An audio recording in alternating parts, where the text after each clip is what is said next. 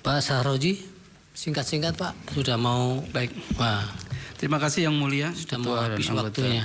Majelis Mahkamah Konstitusi. Yang pertama terkait dengan kejadian di Pisangan Lama, terkait adanya video tadi yang di video adanya pembagian sembako. Bahwa terkait hal tersebut kejadiannya kurang lebih tanggal 27 Januari. Jadi sebelumnya memang ada surat pemberitahuan dari panitia, namanya panitia Tim Bison, itu untuk melakukan tebus murah atau bazar terhadap beberapa titik lokasi. Nah, salah satu titik lokasinya adalah di wilayah Pisangan Timur. Nah, kemudian sesuai keterangan dari pengawas kelurahan yang ada di lokasi, memang itu pelaksanaan bazar atau tebus murah sembako. Jadi pelaksanaan tebus murah tersebut dilakukan oleh relawan Bison yang dananya berasal dari relawan tersebut. Tidak ada pembagian amplop berisi uang, kemudian tidak ada penandatangan surat kesanggupan memilih salah satu paslon, kemudian tadi sudah ada pemberitahuan, sehingga tindakan tersebut karena bazar juga diperbolehkan dalam metode kampanye. Yang kedua terkait dengan kegiatan tadi foto PJ Gubernur yang membagi bansos. Saya kira tadi karena kita baru informasi foto itu baru ada, kemudian tidak ada laporan terkait bansos tersebut kepada Bawaslu DKI. Nah kemudian karena tidak ada laporan, ya kita baru mengetahui. Karena terkait bansos memang kita sudah mewanti-wanti untuk memberikan surat pencegahan terkait dengan netralitas ASN, termasuk kepada PJ Gubernur.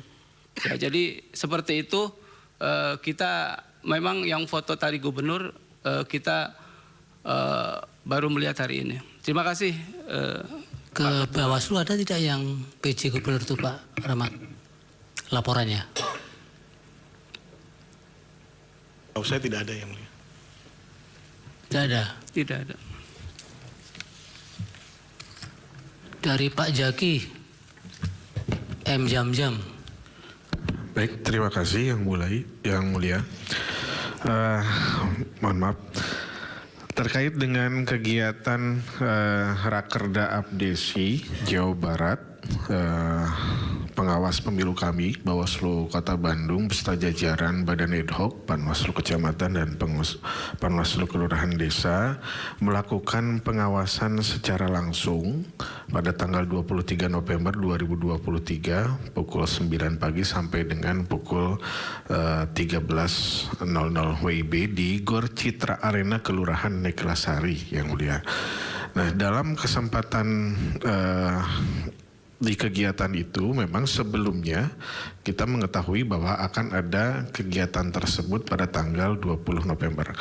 Oleh karena itu Bawaslu Provinsi Jawa Barat merespon dengan membuat surat pencegahan atau surat imbauan terhadap potensi netralitas kepala desa dengan nomor surat 621-00-00-KJB-2 Ini juga ditembuskan ke PJ Gubernur Jawa Barat dan Dinas Pemberdayaan Masyarakat dan Desa Provinsi Jawa Barat. Ini sudah disampaikan oleh kita Bawaslu Provinsi Jawa Barat dan memerintahkan Bawaslu Kota Bandung untuk melakukan proses pengawasan secara langsung. Hasil LHP, laporan hasil pengawasan rekan-rekan pengawas pemilu kami tertanda di nomor 247-PM.00.2Romawi.2023 menyatakan bahwa dalam kegiatan tersebut rekan-rekan pengawas kami mempotret kegiatan tersebut dan menyimpulkan bahwa tidak ada pemaparan visi misi, tidak ada pembagian bahan kampanye atau bahan sosialisasi atau yang kaitannya dengan citra diri dari Capres 02 Yang Mulia. Yang ada adalah hanya pembagian buku kepemimpinan militer Bapak Prabowo Subianto dan snack. itu yang bisa ditemukan oleh rekan-rekan pengawas pemilu. Nah, oleh karena itu LHP tersebut diteruskan untuk dikaji secara hukum, dan kesimpulan rekan-rekan Bawaslu Kota Bandung tidak menemukan unsur kampanye, unsur pelanggaran pada tindak pidana pemilu. Demikian yang mulia. Baik. Dari Ketua Bawaslu ada yang mau disampaikan? Terima kasih yang mulia, karena saya ditanya terus, maka saya harus jawab yang mulia.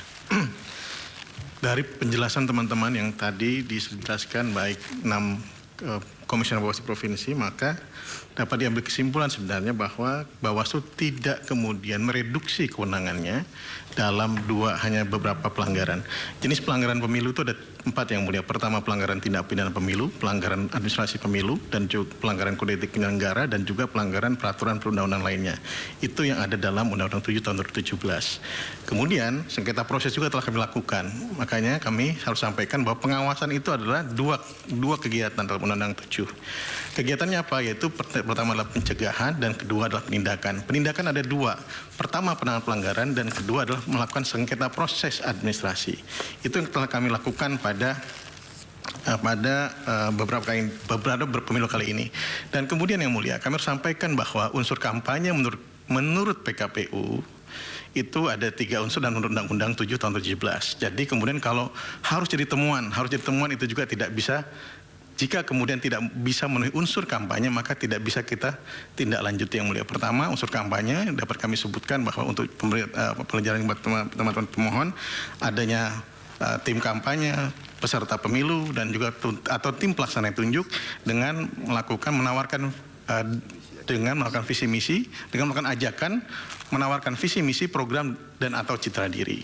Dan ini sudah disampaikan oleh KPU dalam beberapa keterangan KPU dalam hal semenjak ini di tahun 2017, semenjak undang-undang ini lahir, KPU menyatakan bahwa harus terpenuhi kumulatif dari 3 unsur tersebut. Sehingga kemudian jika ada hal-hal yang berkaitan dengan tindak pidana, berkaitan dengan kampanye, itu agak sulit kemudian untuk ditindaklanjuti ke dalam tindak pidana pemilu. Itulah yang kemudian terjadi di Bawaslu dari mulai tahun 2017-2024 ini yang mulia.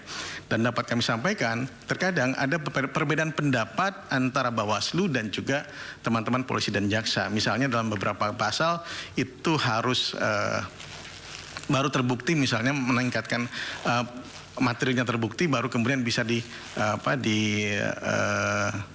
baru bisa ditindak pidana, bahwa harus ada kejadiannya yang menguntungkan, yang jelas ada faktanya menguntungkan, itu baru bisa tindak pidana. Itu yang kadang-kadang ada delik formil dan material. Itulah yang kemudian yang terjadi perbedaan di Badan Pengawas Pemilu. Tapi dalam beberapa hal kasus tindak pidana juga telah berhasil dilakukan oleh Badan Pengawas Pemilu. Jadi tidak benar bahwa Badan Pengawas Pemilu itu pilih-pilih. Dan kemudian mengenai bagaimana pertemuan antara Pak Presiden dengan Pak Menhan, itu juga agak sulit. Kalau yang bersangkutan melakukan kampanye, itu baru bisa kita tindak lanjuti. Tadi seperti yang dinyatakan oleh Bawaslu Provinsi, seluruh Bawaslu Provinsi, ketika ada kegiatan kepala negara ataupun pejabat negara yang berkaitan dengan yang kemudian ada yang bersangkutan adalah peserta pemilu ataupun masuk dalam partai politik, maka teman-teman itu melakukan pengawasan. Banyak yang bisa diawasi oleh kami, banyak juga 1-2 yang memang tidak bisa terawasi dengan baik. Namun kami bisa menyatakan misalnya pertemuan dengan Pak Presiden dan Pak Menhan, itu masalahnya di mana? Itu juga jadi persoalan. Kami tidak bisa, ini rasa-rasanya melakukan kampanye, rasa itu tidak bisa diadili dan rasa itu tidak bisa kemudian kami juga lakukan. Kalau misalnya Pak Jokowi melakukan, dia peserta pemilu atau bukan, tim pelaksana atau bukan, dia menawarkan atau mengajak pilihan, itu yang kemudian baru bisa ditindak yang mulia. Itu yang harus kami sampaikan. Makanya walaupun demikian, kami tetap melakukan surat imbauan kepada Pak Jokowi kepada Pak Presiden Republik Indonesia untuk melakukan pencegahan terhadap menteri-menterinya ataupun yang berafiliasi dengan partai politik agar tidak menggunakan program pemerintah untuk kepentingan peserta pemilu atau kepentingan partai politik. Kami sudah melakukan pencegahan tersebut, kami sudah lakukan kepada Pak Presiden, telah kami kirim surat tersebut yang mulia sebelum pada saat masa kampanye berlangsung. Dan juga kepada kepolisian dan Panglima TNI juga kami sebutkan, kami sampaikan untuk melakukan memperlakukan netralitas TNI dan Polri dalam masa kampanye dan dalam masa pemilu ini yang mulia. Jadi kami sudah melakukan fungsi pencegahan dan juga penindakan yang insya Allah telah kami bisa lakukan pada momen pemilu tahun 2024 ini yang mulia. Terima kasih yang mulia sebagai penjelasan karena kami ditanya oleh teman-teman pemohon 01, perkara 01 dan perkara 02. Dari hakim masih ada yang cukup? Baik, tapi memang kenapa Pak Rahmat Bagja kalau menjawab aduan kadang tidak ada konsistensi, keseragaman soal tidak keterpenuhan syarat material misalnya. Kenapa tidak diuraikan material itu apa? Sementara tadi dicontohkan pemohon 1 di Medan, ada uraian tentang syarat material yang tidak terpenuhi itu apa. Ini kan harus komunikasi ini kan harus dibangun antara, kalau pelapor itu kan kadang-kadang orang yang tingkat pendidikannya tidak selalu kemudian seperti yang kita harapkan. Apa jawaban Bapak? Apa sosialisasi yang kurang, BIMTEK yang kurang di internal Bapak atau bagaimana? Ada beberapa, ada mungkin juknisnya yang tidak dibaca yang mulia. Juknis itu hanya status laporan hanya tidak memenuhi syarat material ataupun tidak memenuhi syarat formil ataupun kedua-duanya. Atau kalau kurang lengkap maka akan diberitahukan kepada pelapor untuk melengkapi. Pada saat melakukan laporan, kalau datang ke kantor kami tentu akan jelaskan proses-prosesnya kepada yang bersangkutan, kepada pelapor. Kalau sudah lengkap maka kami cek formil dan materialnya. Ada misalnya laporannya tindak pidana. Ini tidak memenuhi tindak pidana. Kami sampaikan bahwa ini adalah tidak memenuhi syarat material tindak pidana pemilu. Itu sudah kami sampaikan. Karena di juknis kami hanya memberikan status laporan demikian yang mulia. Tidak ada yang lain. Baik. Terima kasih untuk para saksi. Mudah-mudahan keterangannya bermanfaat untuk mahkamah di dalam mempertimbangkan putusan perkara-perkara ini.